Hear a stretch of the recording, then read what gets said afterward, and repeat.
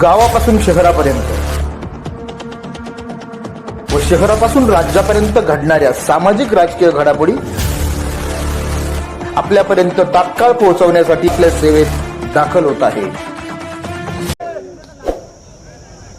मंत्रिमंडळातील माझे सहकारी ह्या जिल्ह्याचे पालकमंत्री धनंजय मुंडे, दुसरे माजी मंत्री महादेवजी जानकर, आपल्या महायुतीच्या बीड लोकसभा मतदारसंघाच्या लोकप्रिय उमेदवार पंकजाताई मुंडे, विधिमंडळातील माझे सहकारी बाळासाहेब आजबे, सुरेश अण्णा धस, भीमरावजी धोंडे, पप्पूजी कागदे, डॉक्टर शिवाजी राऊत, डॉक्टर योगेश क्षीरसागर, सविताताई गोलार, रामकृष्ण बांगर, दीपक डुमरे, सतीश शिंदे, काकासाहेब शिंदे, जियाजी बेग, वाल्मिक तात्या निकाळजे, बबन तांबरे, रमजान तांबोळी, भाऊसाहेब लटपटे, शिवाजी शेंडगे, रुपेश बेंद्रे, अक्षय गायकवाड, भारतीय जनता पक्ष, राष्ट्रवादी काँग्रेस पक्ष, शिवसेना, आरपीआय, आठवले आरपीआय करार, यामध्ये मनसे, रासप सगळेच आमचे महायुतीमध्ये सहभागी झालेले सर्व राजकीय पक्षाचे उपस्थित असणारे सन्माननीय पदाधिकारी, जमलेले तमाम मतदार बंधू भगिनी, पत्रकार मित्र आणि माझ्या तरुण मित्रांनो, मी सध्या वेगवेगळ्या जाहीर सभेच्या निमित्तानं फिरतोय महाराष्ट्रामध्ये.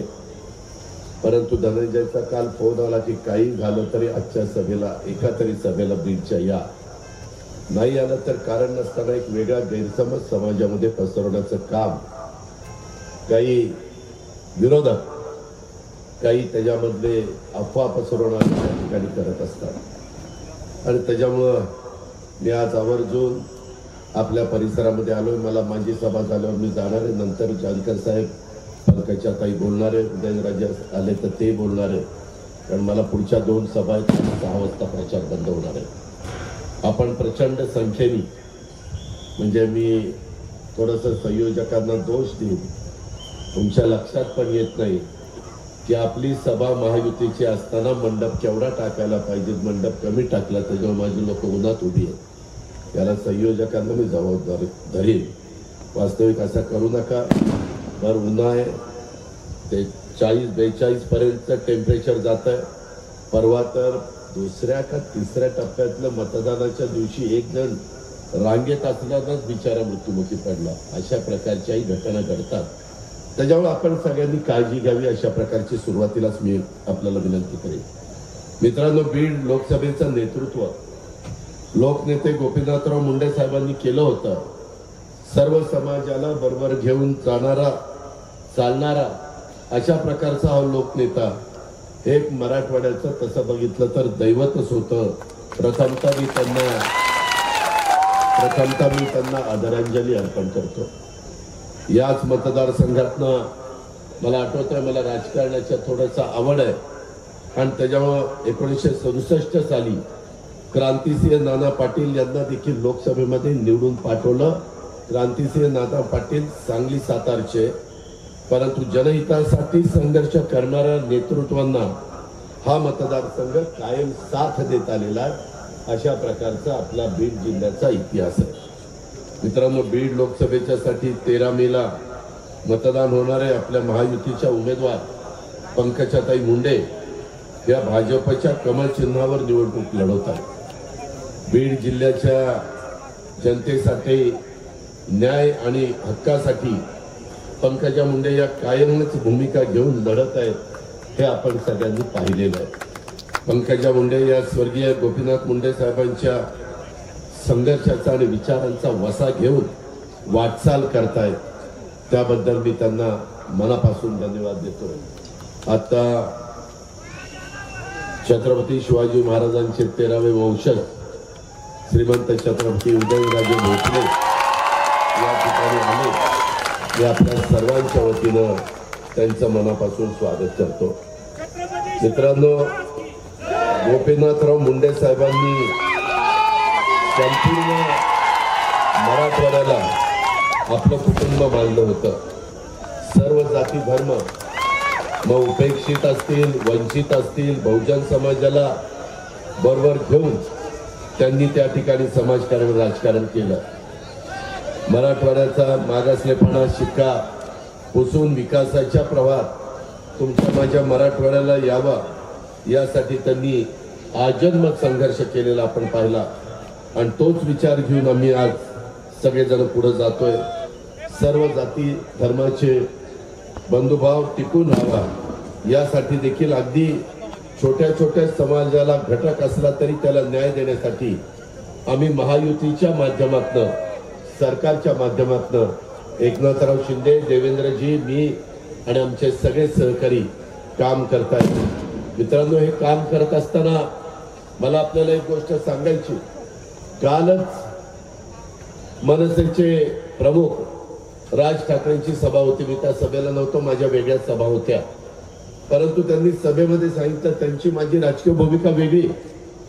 आम्ही दोघं आपापले पक्ष चालवतो. परंतु त्यांनी कशावरून विषय निघाला मला माहिती नाही. परंतु त्यांनी सांगितलं एक गोष्ट मी मान्य करीन.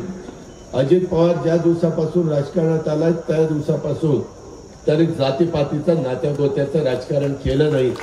सर्व जाती धर्माला बरोबर घेऊन जाऊनच समाजाचं काम करण्याचा प्रयत्न केला. आणि ती माझी भूमिका आहे. शाहू फुले आंबेडकरांची विचारधारा घेऊन माझ्यासारखा कार्यकर्ता पुढे जाण्याचा प्रयत्न करत असतो. अनेक आमदार, अनेक मंत्री, अनेक कार्यकर्ते, अनेक अध्यक्ष मला त्या निमित्तानं साथ देत असतात. मित्रांनो, हे सगळं होत असताना ही लोकसभेची निवडणूक आहे. देशाचं भवितव्य ठरवणारी निवडणूक आहे. मी अनेकदा सांगत आलोय, महाराष्ट्राला सांगतो, बीडला सांगतो, कड्याला सांगतो की ही काही भावकी गावकीची निवडणूक नाहीये. आपल्या बीड लोकसभा मतदारसंघाच्या विकासाची ही निवडणूक आहे. त्यामुळं भावनिक होऊन, माझी तुम्हाला हात जोडून विनंती आहे, भावनिक होऊन मतदान करू नका. महायुतीच्या सरकारच्या माध्यमातून बीडच्या मागासलेपणाचा शिक्का आपल्याला मिटून टाकायचा आहे. मित्रांनो, विकास काय केवळ बोलून होत नाही. त्यासाठी नव्या नव्या योजना हे आपल्याला हाती घ्याव्या लागतात, प्रकल्प हाती घ्यावे लागतात. त्याचा उल्लेख बाळासाहेबांनी, सुरेशनी आणि धनंजयनी थोडासा आपल्या भाषणामध्ये उझरता केला. दळणवळणाच्या सोयी झाल्या पाहिजेत. माझ्या पिण्याचं पाणी आणि शेतीचं पाणी माझ्या शेतकऱ्यांना मिळालं पाहिजे. उद्योगांना पोषक अशा प्रकारचं वातावरण हे आपल्याला निर्माण करावं लागतं. तर रोजगार निर्मिती देखील त्याच्यातून चालना मिळते. या सगळ्याच्या करता निधीची आवश्यकता असते. मी बारामतीमध्ये, शिरूरमध्ये बोलत असताना लोकांना तेच सांगितलं, बाबांनो, मागे 5-10 वर्ष आपल्याला निधी आला नाही का? तर विरोधी पक्षाचा आमदार खासदारांचा निवडून जायचा आणि लोकसभेमध्ये ते मोदींच्या विरोधामध्ये भाषण करायचे. भाषण विरोधामध्ये केल्यानंतर निधी येणार कसा? शेवटी आपल्याला विकासाच्या करता निधी आणायचं म्हटलं तर 1-2 पावलं पुढे मागे सरकावं लागतं, तर समोरचे लोक निधी देतात. या गोष्टीचं भान हे देखील काही लोकांना नव्हतं. परंतु मी आपल्याला सगळ्यांना सांगेन, महायुतीच्या सरकारच्या माध्यमातून मी आज तुमच्या सगळ्यांच्या समोर अर्थमंत्री या नात्याने मराठवाड्याला जो गरजेपुरता लागेल, जो जेवढा निधी लागेल तो निधी देण्याच्या करता मी एकनाथराव देवेंद्र कुठे कमी पडणार नाही. त्यामध्ये मगाशी बोलत असताना सांगितलं 1.68 TMC पाणी तुम्हाला उपलब्ध होऊन देण्याच्या करता सगळ्यांनी प्रयत्न केला. बाळासाहेब होते, सुरेश होता, धनंजय होते, आमचे भीमराव होते. आम्ही सगळेजण विकास क्रमाच्या मध्ये शेवटी एकत्रपणे भूमिका त्या ठिकाणी घेत असतो. आता 4 TMC पाण्याचं आपलं देणं बाकी आहे. मित्रांनो, कृष्णा भीमा स्थिरीकरण, माझ्या पंचगंगाचं पाणी, माझ्या कोयना कृष्णेचं पाणी हे टनेलच्या माध्यमातून नीरा खोऱ्यामध्ये आणायचं आहे. नीरा खोऱ्यामध्ये जे पाणी येतं ते बोगद्यातनं आम्ही उजनीमध्ये टाकलेलं, उजनीमधनं भीमा खोऱ्याचं पाणी सीमा खोऱ्यात बोगद्यातनं टाकलेलं. परंतु आता तिकडच्या बोगद्याच्या कामाला काही 1000 कोटी रुपये लागणार आहे. तुम्ही म्हणाल, अजित पवार तुम्ही अर्थमंत्री, मग काय अडचण काय? तुम्ही एक गोष्ट बीडकरांनो लक्षात घ्या, मोठे मोठे प्रकल्प करायचे असले तर एकट्या राज्य सरकारच्या बजेटमध्ये हे पूर्ण होत नाही. त्याकरता केंद्राचा निधी लागतो. आज तुमच्या पुढे मी बोलत असताना राज्याचं बजेट जवळपास 6.5 लाख कोटी रुपये, 3.25 लाख कोटी रुपये मला पगाराच्या करता अधिकारी कर्मचाऱ्यांचे आणि पेन्शनच्या करता द्यावे लागतात. राहिलेल्या 3.25 लाख कोटीमध्ये माझा गरीब समाज, मागासवर्गीय समाज, आदिवासी समाज, अल्पसंख्याक समाज, बहुजन समाज, ओबीसी समाज या सगळ्यांना निधी देण्याचं काम आणि विकासाला निधी देण्याचं काम आम्ही करत असतो. त्यामुळे ही निवडणूक महत्वाची आहे. मोदी साहेब स्वतः इथं सभेला आले होते, त्याचा उल्लेख माझ्या आधीच्या वक्त्यांनी केला. माझ्या पुण्यामध्ये देखील ते सभेला आले होते. मावळचे उमेदवार तिथं श्रीरंगप्पा बारडे, त्याच्यामध्ये पुण्याचे उमेदवार मुरलीधर मोहोळ, शिरूरचे उमेदवार शिवाजीराव आढळराव पाटील आणि बारामतीचे उमेदवार सुनेत्रा पवार या चौघांचा प्रचार त्यांनी एका जाहीर सभेच्या निमित्तानं केला. आमची सगळ्यांची भाषणं आधी झाली कारण आम्हाला सांगितलं होतं मोदी साहेब यांच्या आधी तुम्ही भाषणं करा. मोदी साहेब आल्यानंतर राज्याचे प्रमुख म्हणून एकटे एकनाथराव शिंदे तिथं बोलतील आणि नंतर मोदी साहेब मार्गदर्शन करतील. साहजिक आहे, त्यांचं वेळ महत्वाची आहे, त्यांना जास्तीत जास्त सभा घ्याव्या लागतात. जर आम्ही सगळेजण त्यांच्यासोबत भाषण करत बसलो तर वेळ जातो. त्याकरता एकनाथराव भाषणाला उठले. खुर्च्या अशा टाकलेल्या होत्या. एकनाथरावांच्या शेजारी माझी खुर्ची होती, एकनाथरावांच्या डाव्या बाजूला मोदी साहेबांची खुर्ची होती. मी माझी खुर्ची सोडली, मोदी साहेबांच्या शेजारी येऊन बसलो. मित्रांनो, गावच्या गप्पा मारण्याकरता नव्हतं बसलो. त्याच्यामध्ये मी मोदी साहेबांना सांगितलं, तुम्ही संपूर्ण देशामध्ये प्रचार करताय, आम्ही महाराष्ट्राच्या कानाकोपऱ्यामध्ये जातोय. आमच्या लोकांचे प्रश्न जे कापसाचा आहे, जो सोयाबीनचा आहे, जो धानाचा आहे, जो दुधाचा आहे, तो आमच्या अखत्यारीमध्ये येतो.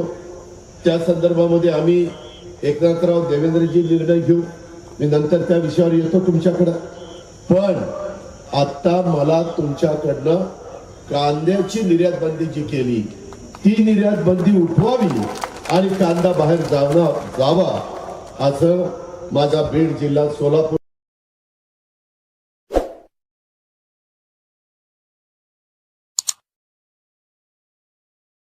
जिल्हा, माझा पुणे जिल्हा, नाशिक जिल्हा, या सगळ्या नगर जिल्हा, या सगळ्या भागामध्ये आमचा शेतकरी कांदा उत्पादक आहे आणि त्याला 2 पैसे मिळत असतात. त्याचा प्रपंच त्याच्यावर आहे, त्याची मुलं बाळ त्याच्यावर आहे, त्याच्या संपूर्ण घर त्याच्यावर अवलंबून आहे. आणि मग त्याच्यातनं ते नाराज होतात. कारण नसताना ती नाराजी आपल्याला त्याची किंमत मोजावी लागते. त्यावेळी अजित काळजी करू नको, मी गेल्यानंतर त्या संदर्भातली निर्यात बंदी उठवतो. निर्यात बंदी उठवलेली आहे. थोडा उशीर झाला मी मान्य करतो, परंतु आता इथून पुढच्या काळामध्ये मी देखील शेतकरी आहे, तुम्ही देखील शेतकरी आहे. शेतकरी तुमची माझी जात आहे, दुसरी कुठली जात आपली नाहीये. बाकीची जण स्वतःची राजकीय पोळी भाजून घेण्याच्या करता वेगवेगळ्या पद्धतीने सांगतात, आम्ही अमकं, आम्ही तमको, आम्ही 96 कोळी आणि आम्ही काय 92 कोळी वाटलो तर काय. उगीच काहीतरी गप्पा हाणायच्या. आम्हाला पण बोलता येतं, परंतु आम्ही तारतम्य ठेवून बोलत असतो. कारण ती स्वर्गीय यशवंतराव चव्हाण साहेबांची आम्हाला शिकवण आहे. ती आपली महाराष्ट्राची संस्कृती आहे, ती आपली परंपरा आहे. त्याचा देखील भान चुकीच्या पद्धतीनं बोलणाऱ्यांनी ठेवलं पाहिजे. मित्रांनो, त्याच्यातनं हा मार्ग आपण काढला. माझा दुधाचा धंदा, माझ्या इथं देखील माझ्या रामकृष्ण बांगर आहेत, सुरेश आहे, बाकीचे सगळे सहकारी आहेत. बीड जिल्ह्यामध्ये देखील दुधाचा धंदा चांगला आहे. 2 पैसे माझ्या शेतकऱ्याला मिळत असतात. दुधाचा दर उतरला. एकनाथराव, मी, देवेंद्र आणि राधाकृष्ण आम्ही 4 बसलो. आपण 5 रुपये अनुदान देऊ. सरकारच्या तिजोरीतनं 2 पैसे माझ्या शेतकऱ्याला मदत करावे लागले तरी चालतील, पण मागं हटायचं नाही. आम्ही 5 रुपये लिटरला डायरेक्ट त्याच्या अकाउंटला डीबीटीला टाकलो. मी आज तुम्हाला जाहीरपणे सांगतो, यदा कदाचित काहींचे पैसे राहिले असतील, कारण ऑनलाईन करत असताना काही त्याच्यामध्ये बारकावे बांगरांना माहिती आहे की बऱ्याचशा ठिकाणी अडचणी येतात. त्या अडचणी आचारसंहिता संपल्यानंतर मी तुम्हाला शब्द देतो की ते ताबडतोब त्याची मीटिंग घेऊन त्या त्रुटी दूर केल्या जातील आणि तुम्ही गाईचं दूध जे काही आम्हाला सरकारला घातलेलं आहे त्याचा पै आणि पै तुमच्या अकाउंटला टाकल्याशिवाय आम्ही गप्पा बसणार नाही. हा देखील शब्द त्या निमित्तानं देतो. मित्रांनो, आपल्याकडं माझा सोयाबीन आणि कापूस पिकवणारा बहादर शेतकरी आहे. बऱ्याचदा त्याची शेतीवाडी त्या पावसावर अवलंबून असते. यंदा हवामान खात्याने सांगितलंय वेळेपूर्वीच मान्सून त्या ठिकाणी येईल. प्री मान्सून सुरू झाला. काल माझ्या पुण्यामध्ये पण बरा पाऊस पडला, परंतु वारं सुटतंय, थोडंफार नुकसान पण होत आहे. पण पावसाची गरज आहे, गारव्याची गरज आहे, पाण्याची गरज आहे आणि त्याच्यामुळे सगळेजण आपण तिकडं डोळे लावून बसलेलो. मित्रांनो, ह्याच्यामध्ये आम्ही ज्यावेळेस कॅबिनेट घ्यायचो त्यावेळेस आचारसंहिता लागणार होती, आम्हाला सगळं माहिती होतं. म्हणून आम्ही फटाफटा निर्णय घेत होतो. आणि त्यावेळेस आमच्या लक्षात आलं की माझ्या महाराष्ट्रातल्या कापूस उत्पादक शेतकऱ्याला आणि माझ्या सोयाबीन उत्पादक शेतकऱ्याला भाव कमी झालेले, त्याचा काही दोष नाहीये, भाव पडले. म्हणून आम्ही बजेट 4,000 कोटी रुपये बाजूला ठेवले.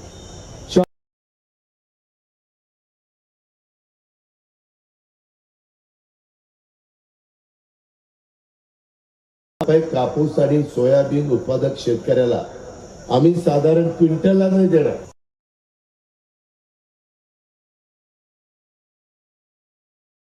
आम्ही हेक्टरवर किंवा एकरावर किंवा अर्ध्या एकरावर जे तुमचं क्षेत्र आहे त्याच्यावर देणार आहोत.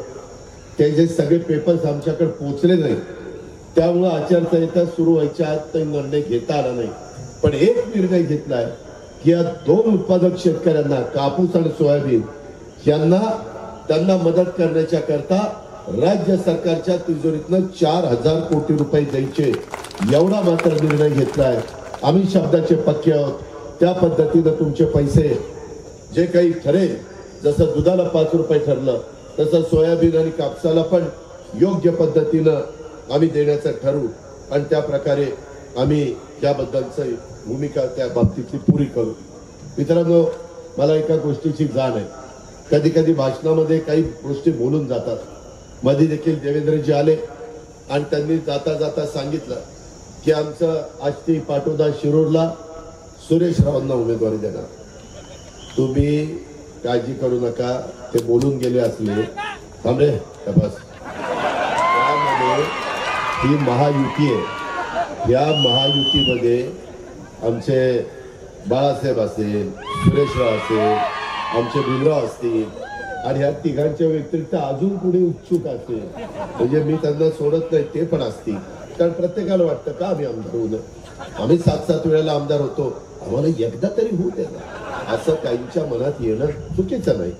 त्यामुळं आम्ही एकनाथराव, देवेंद्र, मी, आमचे सगळे आता राष्ट्रपती नेते, आमचे महादेवराव, सगळे आम्ही सगळेजण बसू आणि त्याच्यामध्ये व्यवस्थितपणे बाबा कुणाला MLA दिलं पाहिजे, कुणाला MLC दिले पाहिजे, कुणाला महामंडळ दिलं पाहिजे, कुणाला कॅबिनेट मिनिस्टरचा दर्जा दिला पाहिजे. तुम्ही काळजी करू नका, उगीच डोकं खाजवत बसू नका. ह्याला आता बाळासाहेबांचं कसं व्हायचं आणि भीमरावचं तर आत्ताच पत्ताच झाला का, काही कडमेट झालं नाही. मी सांगतोय ते सांगतोय, माझं ऐका. मी अतिशय स्पष्ट बोलत असतो, त्यामुळं तसलं काही डोक्यात खूळ घेऊ नका आणि तुम्ही व्यवस्थितपणे पंकजा ताईचं काम करा. जी जोरात काम करेल त्याचा विचार मी करेन. त्याच्यामुळं तुम्ही काही काळजी करू नका. आणि आता आपली मोदी साहेबांची आणि आम्ही बहिणीची फार चांगली जवळीक झाली, त्याच्यामुळे मी त्यांना सांगेन आता पंकजा ताई निवडून आल्यानंतर तो मोदी साहेबांच्या मंत्रिमंडळात पंकजाला घ्या अशी शिफारस अजित पवार करेल. त्याच्यामुळे आपलं आता तिथं चालतंय, त्याच्यामुळे आपण चालवायचं. मित्रांनो, या पद्धतीनं आपण पुढे जाऊ. शेवटी माणुसकी महत्वाची. कुणी कुणाचं कायमचं शत्रू नसतं, कुणी कुणाचं कायमचं मित्र नसतं. माणुसकी महत्वाची आणि ती गोष्ट लक्षात ठेवा. आमच्या पंकजाताईच्या विरोधामध्ये ती बजरंगा उभा आहे. त्या बजरंगा सारखा माझ्याकडे यायचा, दादा माझ्या कारखान्याची कॅपॅसिटी वाढून द्या ना, दादा द्या ना. मी देत नव्हतो, या शाळेने द्यायला.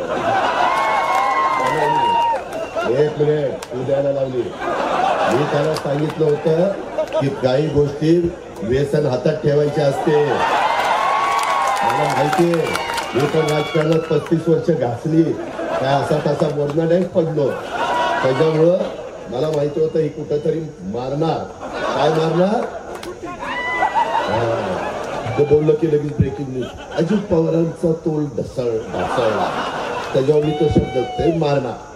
तर त्या पद्धतीनं मी त्याला सांगत होतो, नाही दादा द्या, त्याची शिफारस दादा करा, दादा PDCC बँकेतनं त्याला पैसे द्या, दादा MSC बँकेतनं पैसे द्या.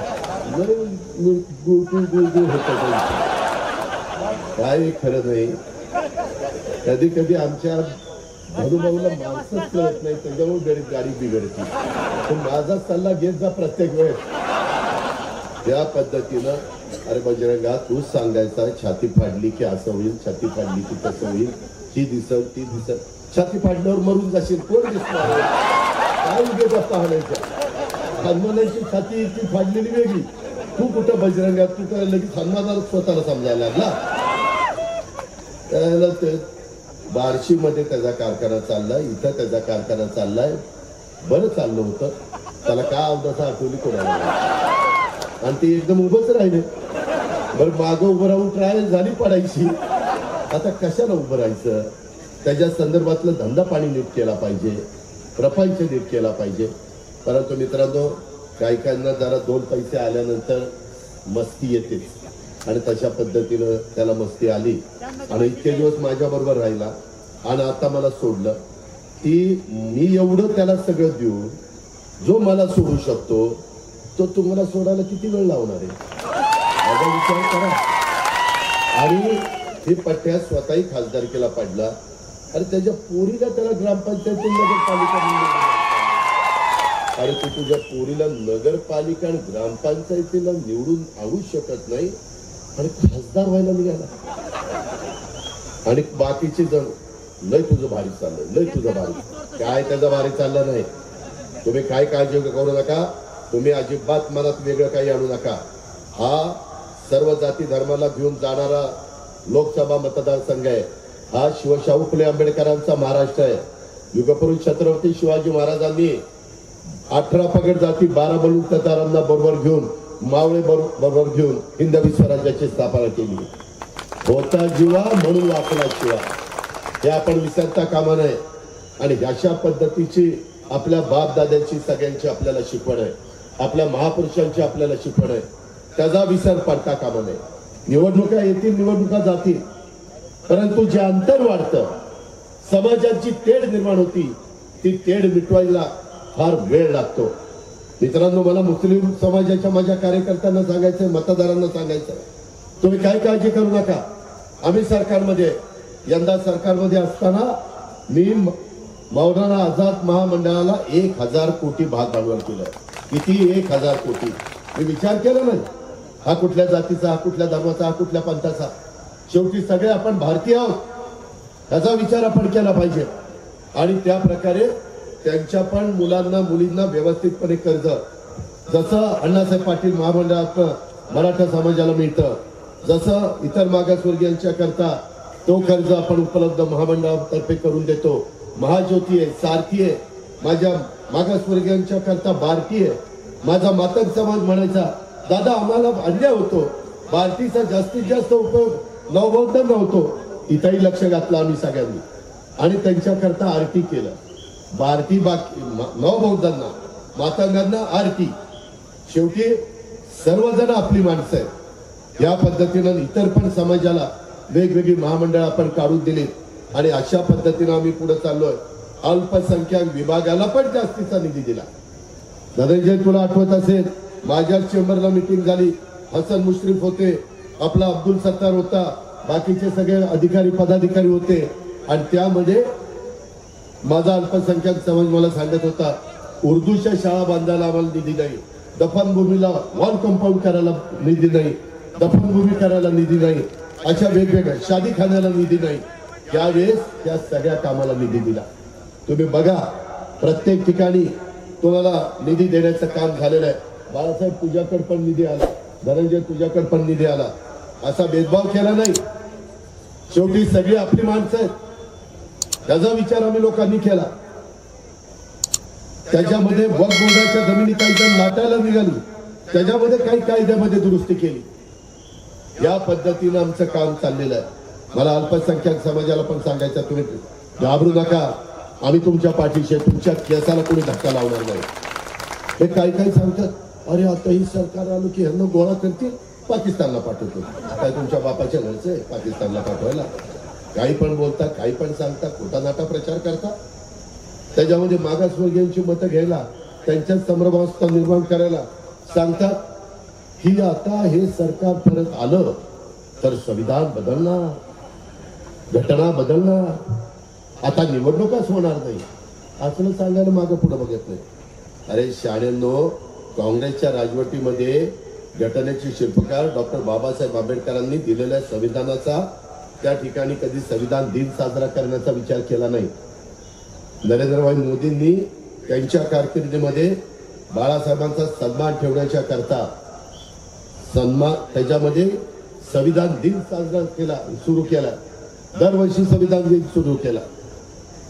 या काँग्रेसवाल्यांनी घटना लिहून घेतली, संविधान लिहून घेतलं आणि त्याच्यामध्ये बाबासाहेब जेव्हा उभे राहिले, काँग्रेसवाल्यांनी विरोधी खासदार उभा केला आणि बाबासाहेबांना पाडलं. तुम्हाला जर बाबासाहेबांच्या बद्दल एवढं प्रेम आहे आता दाखवता, तर हयात असताना त्यांना का पराभूत केलं? का नाही बिनविरोध निवडून दिला? महाराष्ट्रामध्ये इतिहास आहे काही लोकांना बिनविरोध निवडून द्यायचा. यंदा सुरतचा आणि मला वाटतं इंदूरचा खासदार बिनविरोध निवडून आला.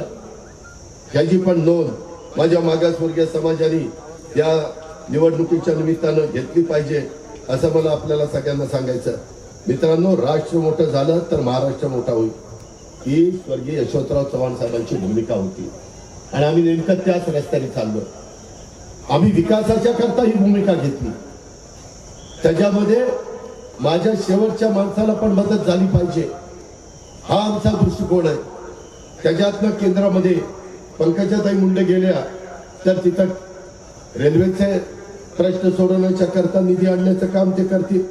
त्याच्या संदर्भामध्ये इतर बाबतीमध्ये नॅशनल हायवेची कामं असतील, आरोबी ब्रिजची कामं असतील. त्याच्यामध्ये आत्ताच मी आमच्या डॉक्टर क्षीरसागरांशी बोलत होतो. सोलापूर धुळे नॅशनल हायवे 52 बीडच्या बायपास दोन्ही बाजूला उड्डाणपूल ब्रिज आणि बायपास रोडवर service road. Doctor Yogesh Kshirsagar सांगत होते, दादा आत्ताच नितीन गडकरी साहेबांनी ते जाहीर केलं. त्याच्यामध्ये बीड शहरामध्ये नगरोत्थान टप्पा 3 17 रस्ते ते आपल्याला करायचे. आपलं मराठवाड्यातलं बीड जिल्हा महत्वाचा जिल्हा, शहराचं ठिकाण, जिल्ह्याचं ठिकाण. त्यामुळे याही बाबतीमध्ये डॉक्टर योगेश आपण काळजी करू नका. ते आमच्याच एकनाथराव शिंदेच्याकडे ते काम आहे. आपल्या निवडणूक संपल्यानंतर, आचारसंहिता संपल्यानंतर मी धनंजय त्याच्यामध्ये पंकजाताई आम्ही सगळेजण जाऊन एकनाथरावांना सांगितलं तर एकनाथराव नाही म्हणणार नाही. हेही काम तुमच्या मार्गी लावू. आपल्याला शेवटी कामं करायची. आपण कामाची माणसं, आपण नुसतंच गप्पा मारणारी माणसं नाहीये. आपण लोकांना दिलेले शब्द पाळणारी माणसं आहोत. मित्रांनो, आज 18 पगड जाती 12 बलुतेदार, माझे मागासवर्गीय अल्पसंख्याक आदिवासी, माझा मराठा समाज सर्वांना सोबत घेऊन जाण्याची आमची सर्वांची भूमिका आहे. आज प्रत्येक समाजाकरता वेगवेगळ्या योजना आम्ही राबवतोय. 12 बलुतेदारांच्या करता केंद्राने विश्वकर्मा योजना आणलेली आहे. आम्ही त्याचा अधिक विस्तार करणार आहोत. विविध समाज घटकांच्या साठी आम्ही एकनाथराव शिंदे, देवेंद्रजी आम्ही सगळ्यांनी महामंडळ काढली. मराठा समाजाच्या करता सारथी आणि बाकीच्यांच्या करता इतर मागासवर्गीयांच्या करता महाज्योती, अशा वेगवेगळ्या पद्धतीने अल्पसंख्याक करता मौलाना आझाद महामंडळ आणि मातंग समाजाच्या करता आरटी, नवबद्धांच्या करता बार्टी, या सगळ्या गोष्टी आम्ही केलेल्या आहेत. त्याही गोष्टीचा विचार आपण सर्वांनी या निमित्तानं केला पाहिजे. मागाशी मला वाटतं सुरेशने सांगितलं दसनी की महाराष्ट्र लोकसेवा आयोगाने महाराष्ट्र राज्य पत्रित नागरी सेवा संयुक्त पूर्व परीक्षा 2024चं शुद्धीपत्रक जाहीर करून त्यामध्ये सामाजिक आणि शैक्षणिक दृष्ट्या मागास वर्गासाठी, ज्याला आपण SCBC म्हणतो, त्यांना आरक्षण लागू केलेलं आहे. 29 डिसेंबर 2023च्या जाहिरातीमध्ये 250 जागांची वाढ करत सुधारित जाहिरात प्रसिद्ध करण्यात आलेली आहे. आणि विशेष म्हणजे याच्यामध्ये मराठा समाजातील उमेदवारांना आता मागासवर्गीयांच्या करता लागू असलेल्या वयोमर्यादेतील सवलतींचा लाभ घेऊन वयोमर्यादा ओलांडीत असतानाही नव्याने अर्ज करता येणार आहे. शेवटी हे मराठा समाजाच्या करता देखील आम्ही करतोय. मी मगाशीच सांगितलं, आम्ही सर्वांच्या करता काम करतोय. आमची महायुती सरकारची भूमिका ही पारदर्शक पद्धतीची सरकारची आहे. आम्ही समन्वयाने सर्वांना बरोबर घेऊन काम करतोय. त्यामुळं कोणी संभ्रम पसरत असेल अशा अपप्रचाराला माझ्या बीड जिल्ह्याने, माझ्या आष्टी पाटोदा शिरूरने अजिबात बळी पडू नका. लोकसभेत या आपल्या महायुतीच्या विचारांचा खासदार आपण पाठवलं केंद्रात आपण ठामपणे भूमिका मांडू शकतो. उद्या तिसऱ्यांदा नरेंद्र मोदी साहेबांना केंद्रात त्यांचं सरकार सत्तेवर येणार आहे. त्यामुळे आपण देखील महायुतीचा खासदार हा निवडून दिला पाहिजे, तरच आपले प्रश्न त्या ठिकाणी सुटू शकणार आहेत. 5 वर्षाच्या करता पंकजाताईंचं मंत्री म्हणून काम आपण सगळ्यांनी बघितलेलं आहे. ग्रामविकास मंत्री असेल किंवा त्या ठिकाणी जलसंधारण मंत्री असेल, या पद्धतीचं काम त्यांनी बघितलेलं आहे. स्वर्गीय गोपीनाथ मुंडे साहेबांचा वसा आणि वारसा पुढे चालवण्याचं काम ते त्या ठिकाणी करतायत. त्यांना भरभक्कम पाठिंबा देण्याचं काम. आणि बीडकरांनो, तुम्हाला ही संधी आलेली आहे. या निमित्तानं पंकजाताई मुंडेंचं 1 नंबरलाच नाव आहे. म्हणजे नशिबाने त्या मशीनमध्ये नंबर पण 1च आलेला आहे. त्याच्यामुळं आपण त्याच्याबद्दलची काळजी करू नका. आता आपल्याला नंबर 1नी त्यांना त्या ठिकाणी विजय करायचं. ते पवित्र काम तुमच्या प्रत्येकाच्या मतामध्ये, ते पवित्र मत तुम्ही त्या दिवशी कमळाच्या समोरील बटन दाबून त्या ठिकाणी विक्रमी मताधिक्याने विजय करा. जाता जाता एकच गोष्ट सांगतो. मगाशी बीड जिल्हा मध्यवर्ती सहकारी बँकेच्या संदर्भामध्ये धनंजय मुंडेंनी मुद्दा उपस्थित केला होता. मित्रांनो, मी देखील अतिशय चांगल्या पद्धतीने बँका चालवणारा एक कार्यकर्ता आहे. माझ्यावर आरोप झाले, मला क्लीन चिट मिळाली, पण माझी बदनामी झाली. मला त्याची जबरदस्त किंमत मोजावी लागली. ठीक आहे, राजकीय जीवनामध्ये काम करत असताना अशा प्रकारचे आरोप होतात, अनेकांच्यावर झाले, परंतु आम्ही सरळ मार्गी असताना देखील आम्हाला तिथं बदनाम करण्यात आलं. मित्रांनो, आज धनंजयनी आवाहन केलेलं आहे. मलाही माहिती आहे, माझ्या शेतकऱ्यांना जास्तीच्या व्याजाने पैसे सावकाराकडनं घेऊन त्यांना शेतीवाडीचा व्यवसाय करता येत नाही. म्हणून आम्ही 0% व्याजाने कर्ज पुरवठा 3 लाखापर्यंत पीक कर्ज शेतकऱ्यांना देण्याचा निर्णय घेतला. परंतु राज्यातल्या काही बँकाच अडचणीत आहे. जशी तुमची बीड जिल्हा बँक अडचणीत आहे, जशी मागे वर्धा जिल्हा बँक, नागपूर जिल्हा बँक, बुलढाणा जिल्हा बँक ह्या त्या ठिकाणी अडचणीत आहे. सोलापूर जिल्हा बँक पण अडचणीत आहे. काही बँका आम्ही अडचणीत बाहेर काढल्या. बीड जिल्हा बुलढाणा जिल्हा बँक अडचणीत बाहेर काढली. मला माहितीच होतं की आमचा धनंजय भाऊ, धनु भाऊ काहीतरी मुद्दा काढणार. त्याच्यामुळे मी आधीच आचारसंहिता लागायच्या आधीच सगळी माहिती घेतली होती. मी बीडकरांना एवढंच सांगतो की मागं जे काही झालं बीड जिल्हा मध्यवर्ती सहकारी बँकेचं झालं गेलं ते गंगेला मिळालं. आता चांगली लोक तिथं निवडून द्या. सध्या तर प्रशासकच आहे, जोपर्यंत टाळ्यावर येत नाही तोपर्यंत प्रशासक काढतच नाही. आणि त्या प्रशासकाकडनं प्रस्ताव आचारसंहिता संपल्यावर घेतो. त्याच्यामध्ये बीड जिल्हा बँकेला जसं राज्य सरकारने हमी दिली आणि तिथल्या शेतकऱ्यांना पीक कर्ज सुरू केलं, त्या पद्धतीनं माझ्या मराठवाड्याच्या 72 शेतकऱ्यांच्या करता जे 0% व्याजाने कर्ज पुरवठा पीक कर्जाला दिला गेला पाहिजे, तो वेळेत परतफेड करायची. वेळेत परतफेड वर्षात नाही केली तर 12%, वेळेत केली तर 0%. नाहीतर मग माकडवाला नंदीवाल्याकडे जायचं 10 रुपये शेकडा. तर तसं काही चालणार नाही. आर्थिक शिस्त लावलीच पाहिजे. त्या पद्धतीनं आम्ही धनंजय आचारसंहिता संपल्या तुम्हाला भेट सहकार खातं आपल्याच दिलीप वळसे पाटलाकडे, सगळे अधिकारी बोलू, अर्थ मंत्रालय माझ्याकडेच आहे, एमएससी बँकेचे पण लोक बोलू आणि त्याच्यातनं मार्ग काढू. मी एवढाच शब्द त्याच्यामध्ये देतो.